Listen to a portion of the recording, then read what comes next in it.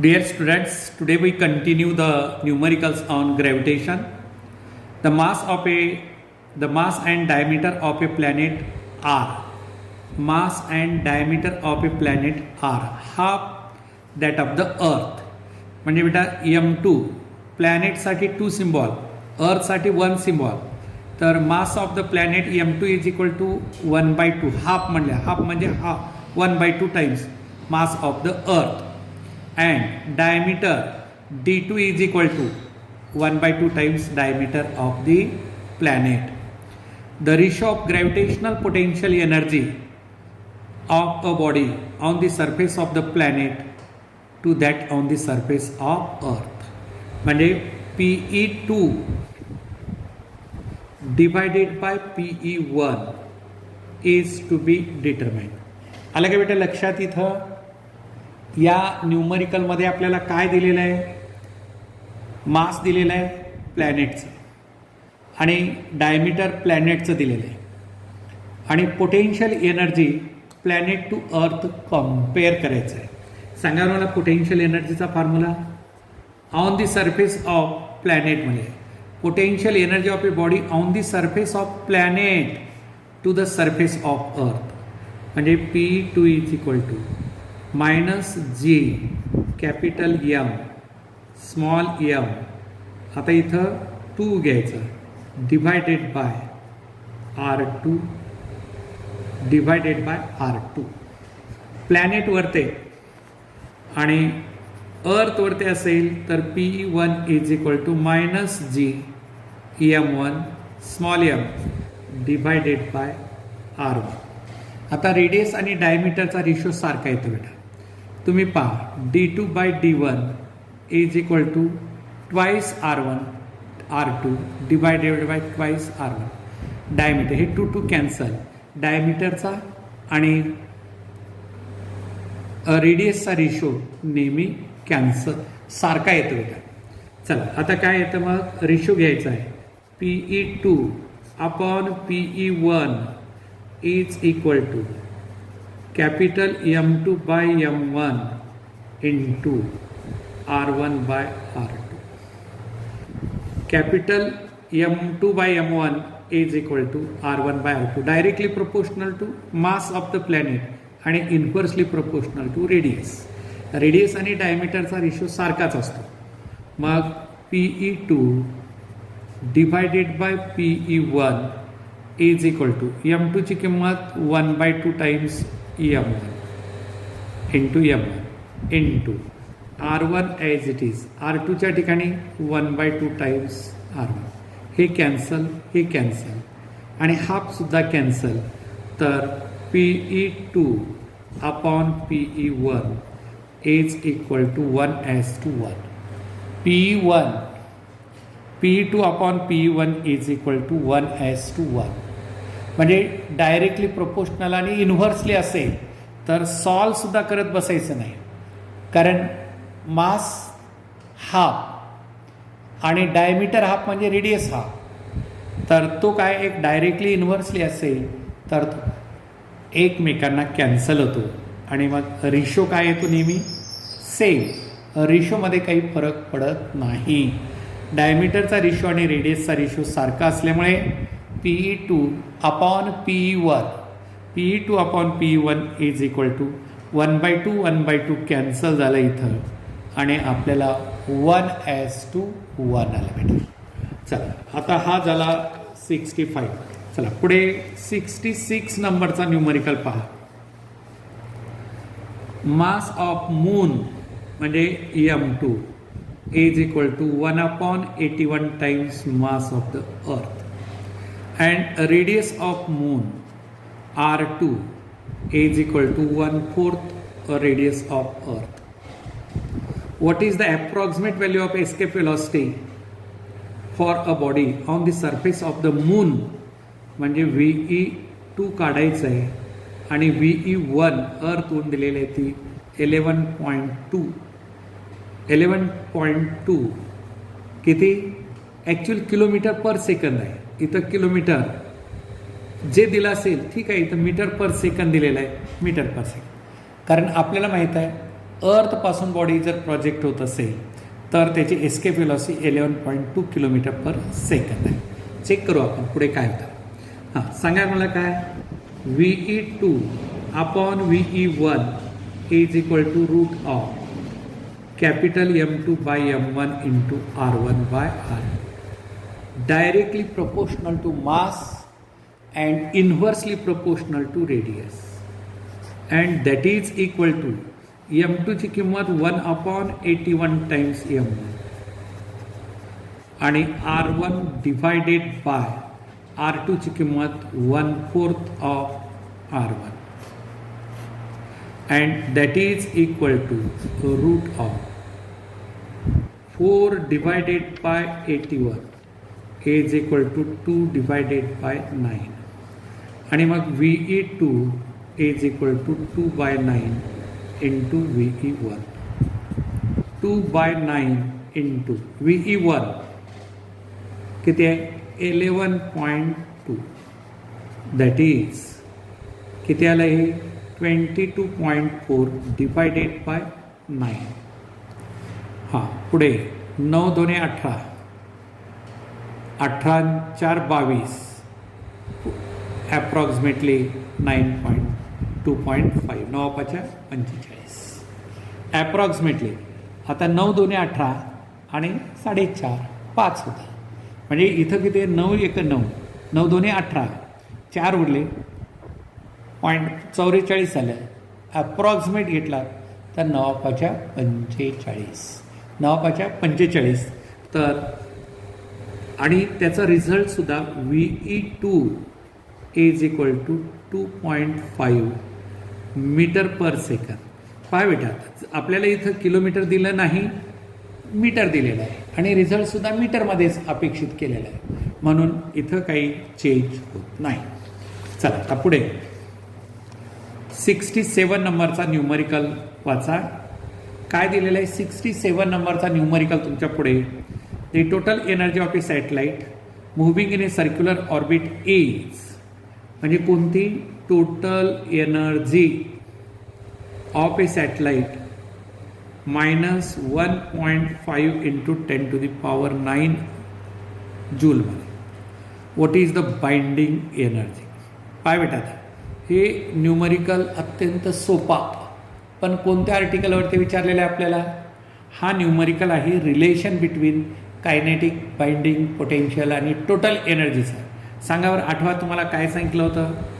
Binding energy BE is equal to -TE दिलं होतं, आठवतो फॉर्म्युला.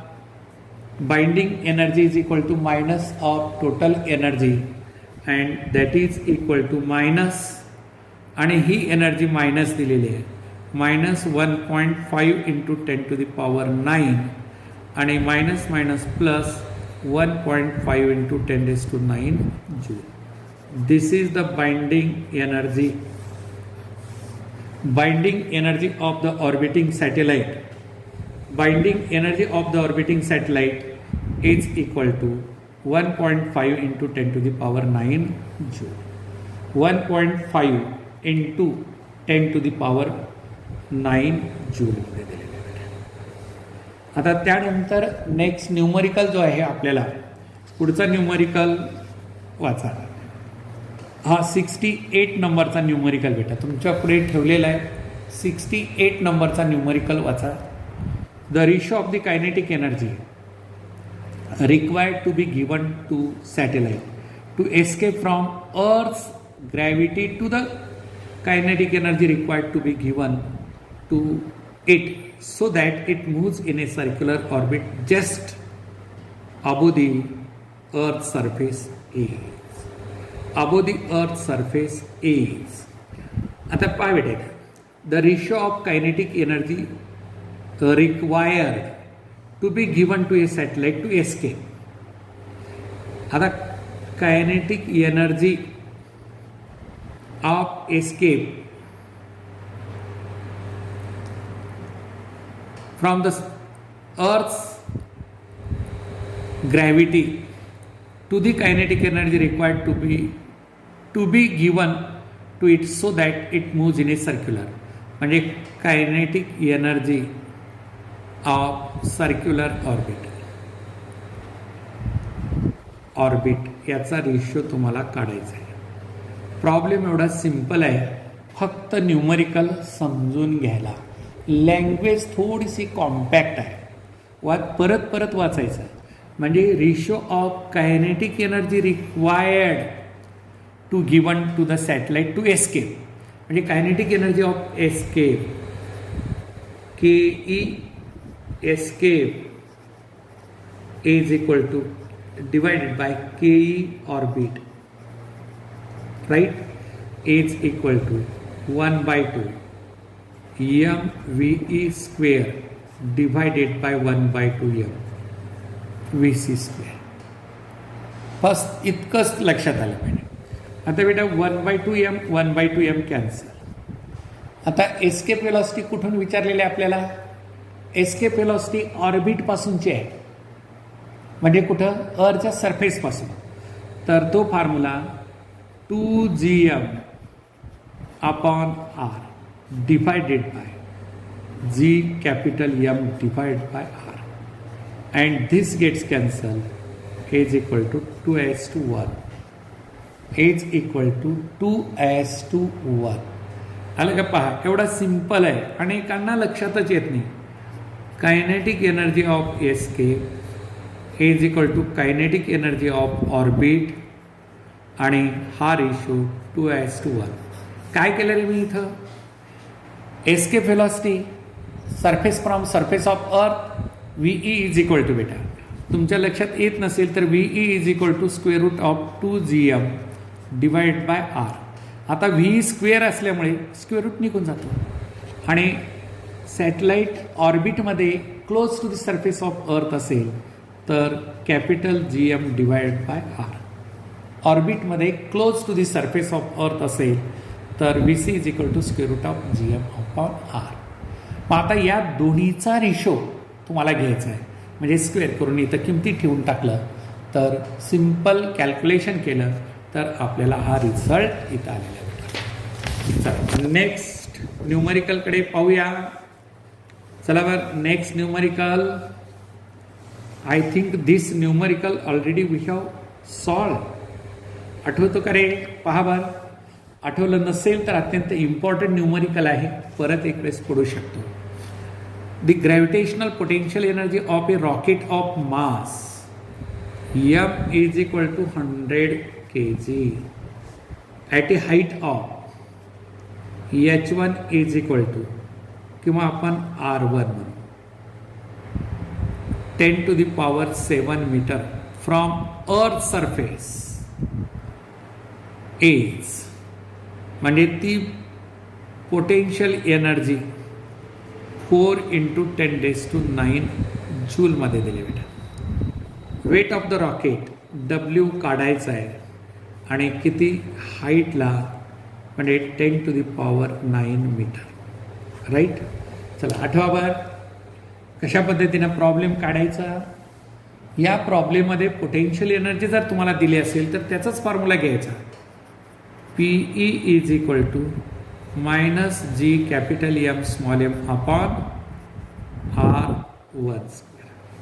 तर बेटा G capital M small m is equal to PE into R1 square, 4 × 10⁹ into 10 to the power 14 R square, म्हणजे 10⁷, त्याचा square 10⁴, right. हे G capital M small m. आता विद्यार्थ्यांना काय वाटलं असेल? Negative sign. जेव्हा न्यूमरिकल प्रॉब्लेम्स आपण सॉल्व करतो त्यावेळेस इग्नोर निगेटिव्ह साईन सोडून द्यायचं. आता वेट आपल्याला काढायचं आहे. वेट म्हणजेच ग्रॅव्हिटेशनल फोर्स. हे G capital M small m upon R2 square. GMM ची किंमत 4 × 10⁻19 9 × 10⁴ डिवाइड बाय R2 म्हणजे किती रे? 10 to the power 18, 9 दोन्ही 18. चला बेटा किती आलं आहे सांगा मला. आता हे 18 वर गेलं, -4 नाही का. तर किती? हा 4 into 10 to the power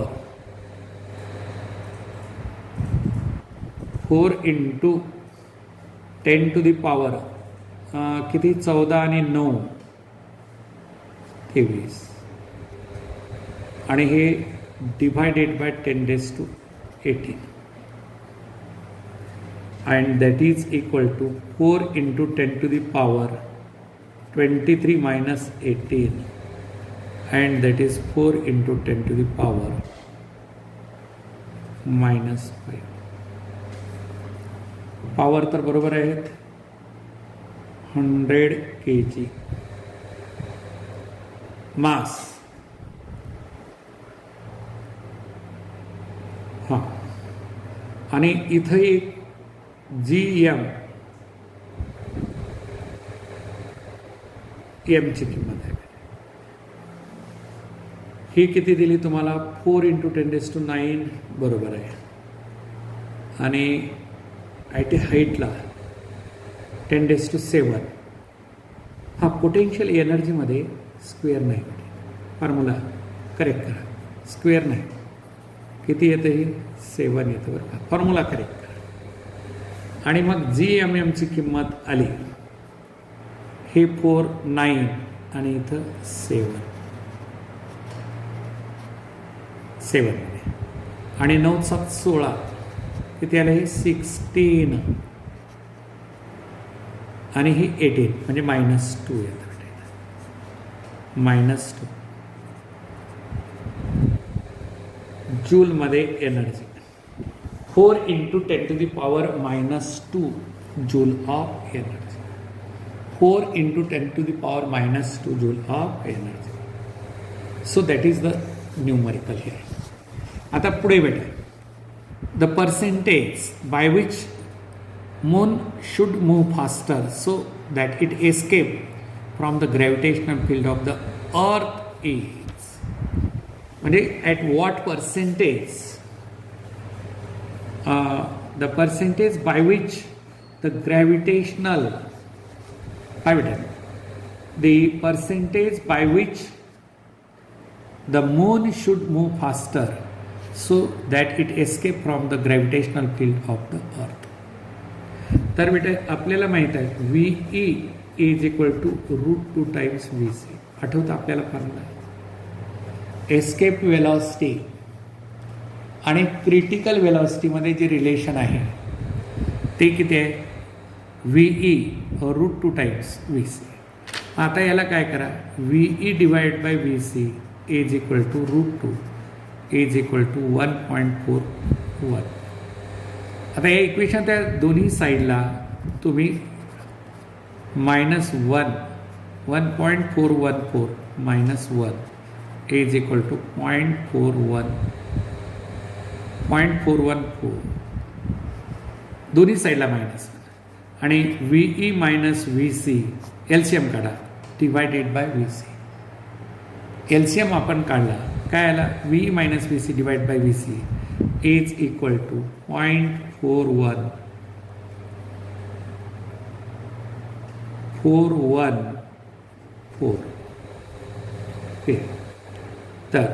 तर आता 100 मल्टिप्लाय करा percentage change delta VC divide by VC is equal to 41.4.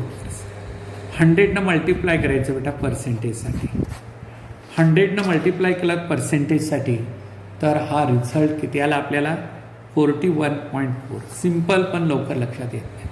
म्हणजे का लक्षात येत नाही हे रिलेशन आपण जे लर्न केलेलं आहे ते योग्य वेळी आठवत नाही. हे इक्वेशन आठवल्यानंतर ओरलीच प्रॉब्लेम मुलं सॉल्व करतात. VE एस्केप वेलॉसिटी आणि क्रिटिकल वेलॉसिटीमध्ये जे रिलेशन आहे escape velocity is equal to √2 times VC √2 times VC and VE by VC is equal to √2 and √2ची व्हॅल्यू 1.414.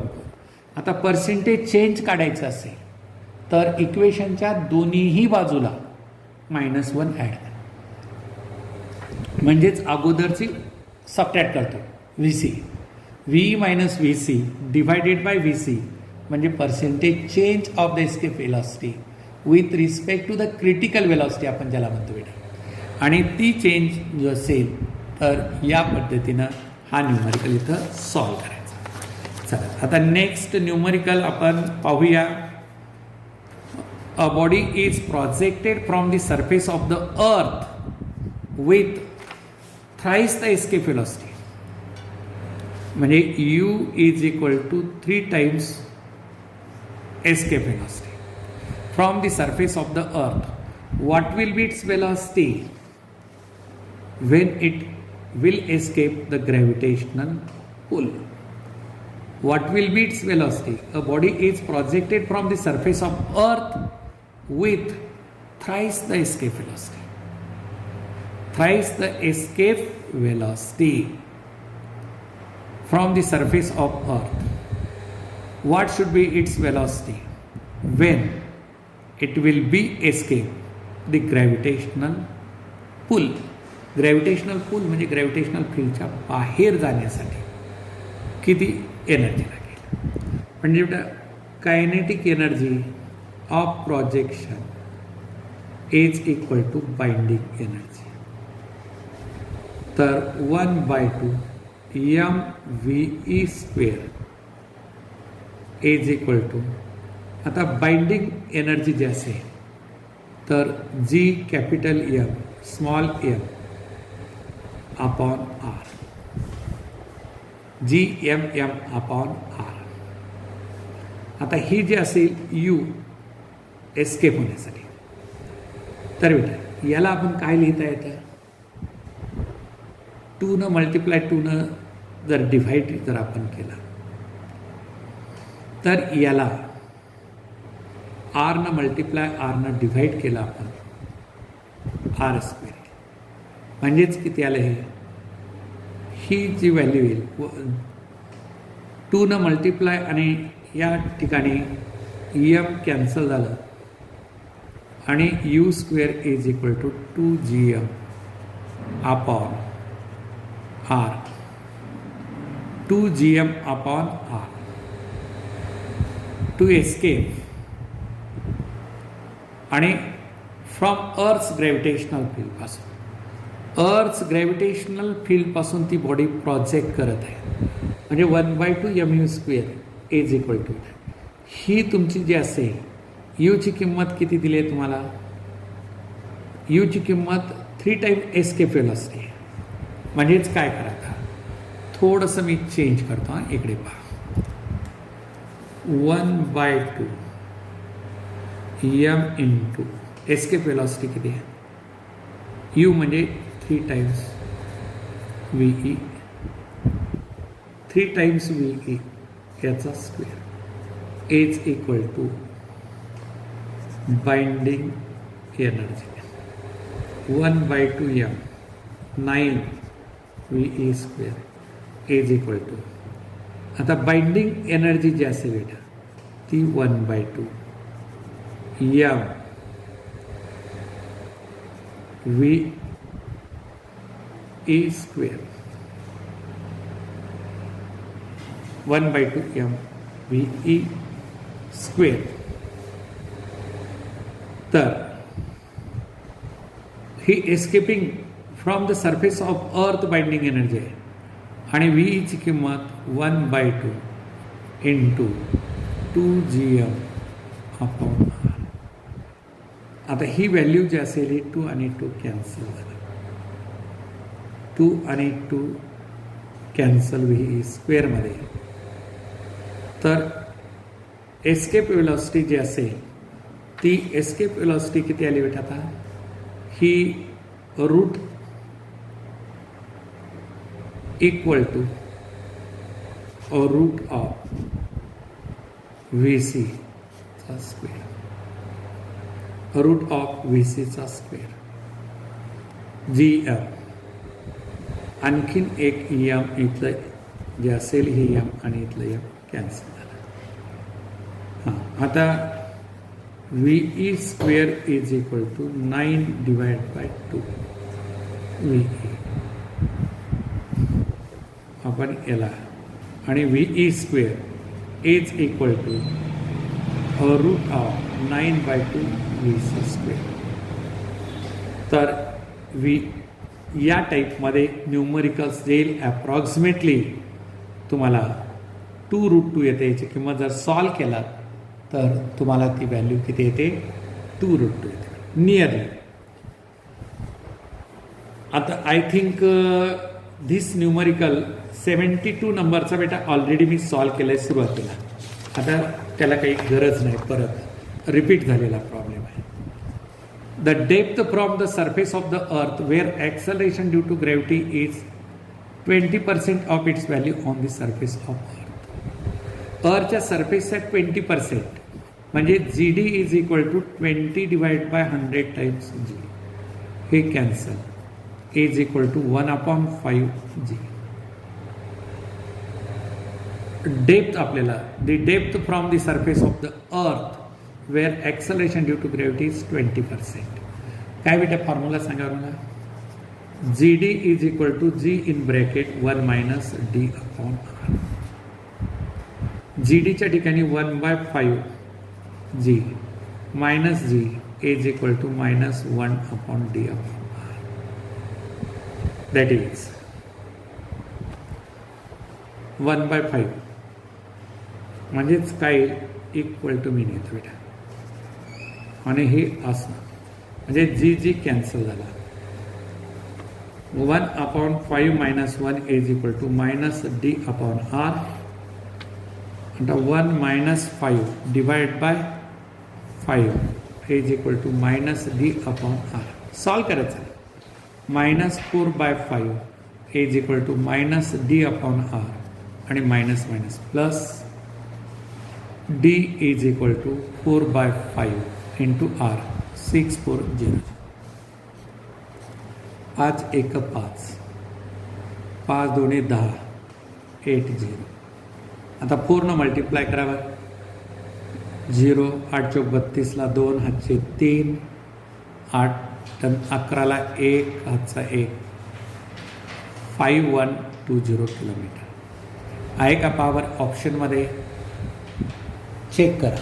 ऑप्शनमध्ये तुम्हाला अशा टाईपमध्ये हा न्यूमरिकल दिला असला पाहिजे. 5120. फक्त GD is equal to G in bracket 1 D/R हा जो फॉर्म्युला आहे तो लक्षात ठेवा. आता शेवटचा प्रॉब्लेम जो असेल तुम्हाला इथं दिलेला last. Assuming that the earth is a sphere of uniform mass density, what is the percentage decrease in the weight of the body when taken to the end of the tunnel 32 kilometre below the surface of earth? म्हणजे किती आले? D is equal to 32 kilometre. R दिलेलं आहे तुम्हाला 6400 kilometre. बरोबर आहे का? पहा R किती दिलेलं आहे तुम्हाला, वाचा नीट लक्ष देऊ. Assuming that Earth is a sphere of uniform mass density, what is the percentage decrease in the weight of a body when taken to the end of a tunnel 32 km below the surface of Earth? चला, GD is equal to G in bracket 1 - D/R. That is GD upon G is equal to 1 - 32/6400. तर GD upon G -1 - 32 × 2 = 64 म्हणजे 1/200.